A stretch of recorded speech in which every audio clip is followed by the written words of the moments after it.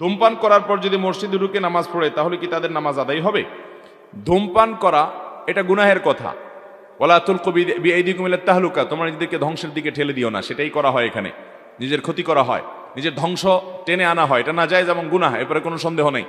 কিন্তু ধূমপান করলে সেই ব্যক্তি মসজিদে আর যাবে না, ব্যাপারটা এরকম না। সে পরিষ্কার করে মুখের দুর্গন্ধ দূর করে ভালো করে কুলি করে মেসওয়াক করে ব্রাশ করে তারপরে মসজিদে যাবে। কারণ তার দুর্গন্ধ নিয়ে যদি মসজিদে যায় তাহলে মসজিদে মানুষগুলোর কষ্ট হবে কি হবে না?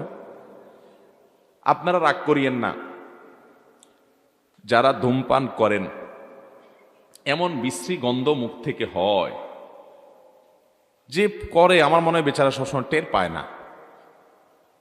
অনেক সময় দেখা যায় এরকম ধূমপানকারীদের আশেপাশে থাকলে মনে হয় যে এই বেচারার সাথে না থেকে একটা নর্দমা ড্রেন থাকতো ময়লা আলা, সেটাও ভালো ছিল। আছে না নাই?